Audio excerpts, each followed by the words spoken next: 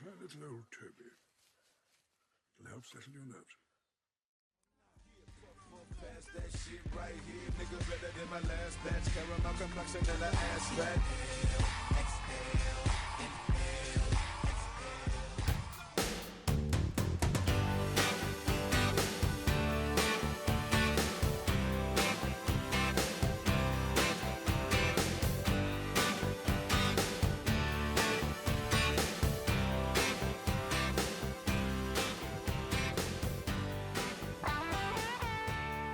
Hey guys, welcome to another Broken Meeple review, and today is the new Gateway Harness that's out now, which is a new design by Emerson Matsushi. Gotta make certain I pronounce that even half right, and that is Reef. If you're not familiar with Emerson or even Next Move games as a publisher, then you might want to take a look at this one. Azul. So this is done by Plan B Games, and Plan B, I believe they're based in Germany, and they have a sort of group of various companies and different publishers below them. And what they're doing now is they've started this one called Next Move, which is basically going to be a lot of lightweight gateway level games. I mean, this could feature in it no matter what. In fact, I'm wondering actually maybe the reprint of this actually has Next Move games on it, because this one has Plan B games on it, but I think they might have reprinted it. I don't know. But basically, it's going to be this kind of thing. Approachable, family weight games that anybody can get into, whether you're a veteran gamer or completely new to gaming. Azul, I think I might have looked at it in a previous review, and like I say, I really like it. It's a solid game in my collection. I think I have taught this about 50 million times whenever I've done DICE events or any other convention related like charity event or something.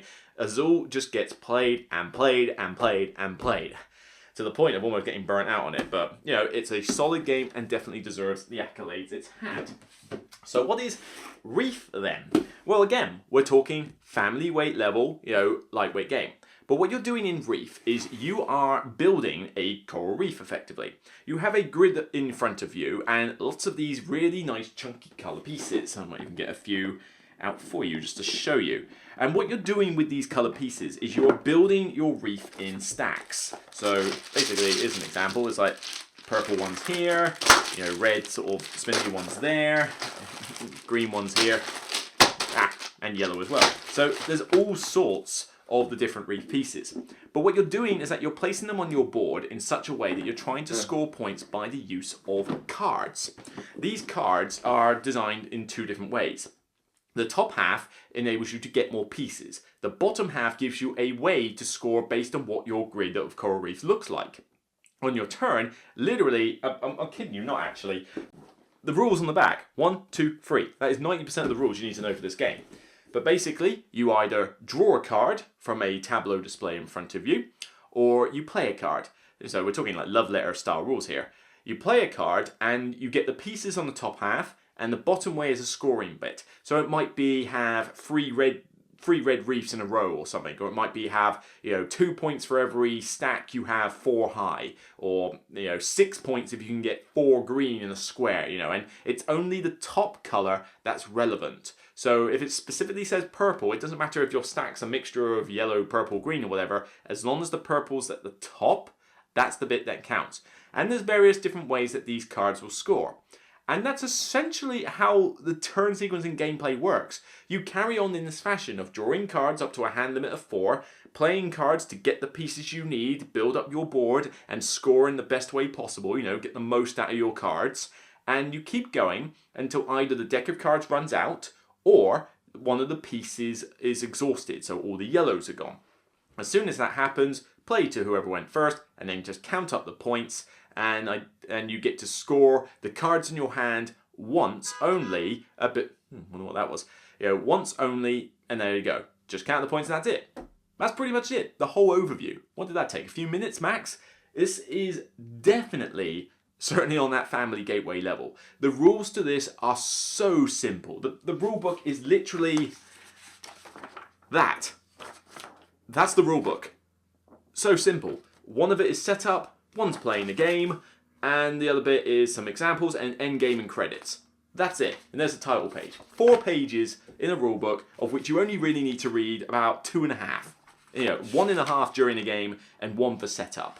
This is so simple to learn and so easy to get to the table and play that this is about as perfect a game for a game cafe or similar setting as you can get. You know, you don't even need a guru on hand to teach you this game. You could literally just go, here you go, play Reef. Somebody could read this and teach it within about 10 minutes, you know, literally from scratch, having never seen the game, and there you go, you're already away. And, you know, you may think, well, does that make it too light, too childishly simple? No. No. Because even though the rules are simple, there is still a good amount of hidden depth. It's not just simply a case of, well, I might as well just play this card and get a couple of points. No. Do you just want to get 2 points because you've got a stack of 2 high? Or do you want to get 8 points because you've got 4 stacks of 2 high? Can you get the pieces to do that? You know, what other opportunities are there? Because you can pick from a tableau or from the deck, although that costs you a point. You have to put it on the card. It makes it more enticing. So you're giving up points if you want the future card. But you might be thinking, well, if I score that, fine. But hang on, if I get that card, I can get those pieces, which sets me up for the bottom half of this card better. So I'll grab that first. And then another card comes out and you think, well, hang on, if I score that one, I'm already set up for that. So if I score that first, then this one, and the pieces from that will allow me to score the third one better, you can chain up some really good combos and turns, and that is the crux of this game. It is not enough to just simply go 2 points, 1 point, 2 points, 1 point, you know, because you're not going to do well with that. You want to try and get those big scoring opportunities, you know, be efficient with your actions. And of course, you've only got so much time to do this because the end game triggers being the deck and the pieces.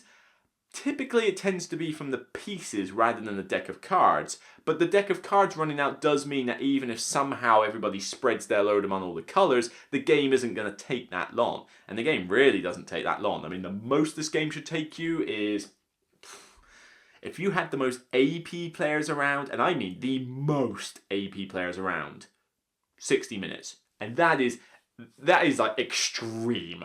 You know, I have taught this game and played it within 30 minutes fine with 4 players, you know, and that's just people taking turns in that. You can get it done with 2 or 3 players in less time possibly. You know, it just goes around super fast. I mean, one thing you cannot do is get distracted because the turns are super fast. So, okay, I will draw a card. Cool, your turn. I'll play a card, get those 2 pieces, and I'll get 4 points. Your turn. Draw a card. Your turn. Draw a card. Your turn. It is Ethnos level of fast.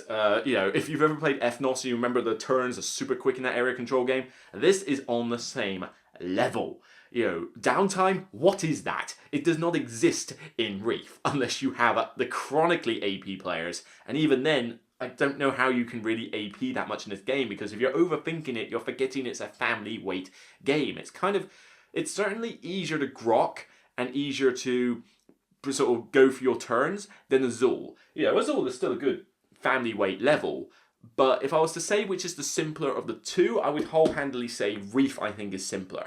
Because with Azul, you can't just randomly get tiles and put them on your rows willy-nilly. No, you've got to think about where they're going to end up on your grid and all this sort. Here, okay, yes, you can't just draw and play cards willy-nilly, but it's a little bit easier to visually sort of see, well, this is what my stack looks like, they're high, those are the colours on the top, and these are pretty distinguishable colours. And kudos to Next Move for making it colorblind friendly.